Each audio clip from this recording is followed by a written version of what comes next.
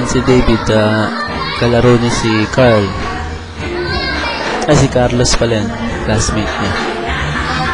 Ayan, si Kiss. Nahihiya pa.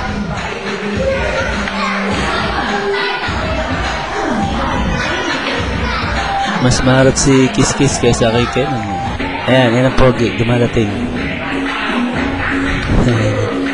Ang pogi, dumarating. Ayan ang nanay. Hop.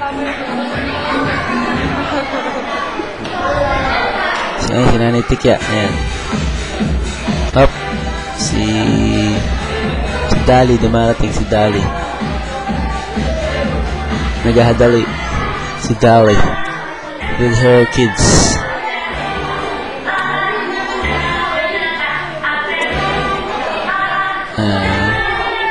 Nakikita mo ngayon si Nanay, si Ken, si Rowell.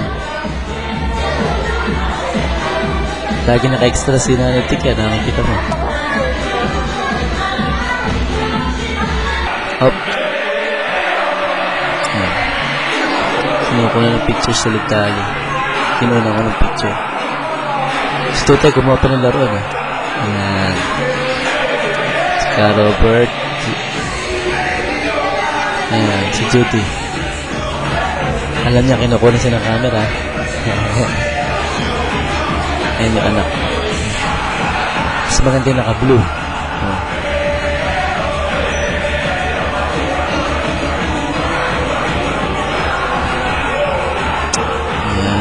Ayan, dumarating na ating guest. Si Tim, si Edwin. Dilaw na dilaw.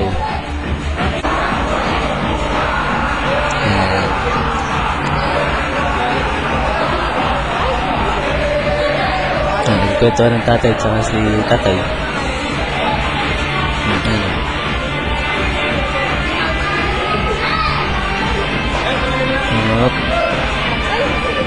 Diba?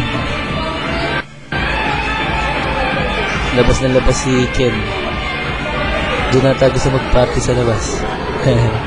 Mas masaya daw sa labas.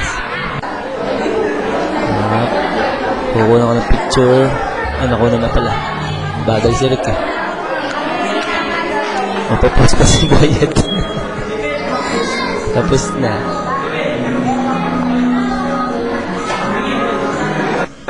Ayan, si tatay. Saka si tatay. Saka si nanay. Kumukha ko ng picture na yun sa likod. Ayan, pinakita ko. Isa pa daw ata. Ayan, sabi niya. Sabi niya yung team. Isa pa daw. Take two. Sabik pala sa camera. Hindi pinansisinin eh. Hindi pinansisinin si Nedy si Nene. Siyempre, pipicture lang sila eh. Tapos sila na son eh. Ayun yung Isnabela ay naka-pink sa dulo. Ayan. May sariling mundo eh. Sabi ng asawa ni Junior. Ayan, tumating na si... Ay, kanina ko pala yan. Sinanapasing. Hop. Si man. Alam na kinukun. Sanay na salita yan. Ayan, kasi sabi ko, cut na.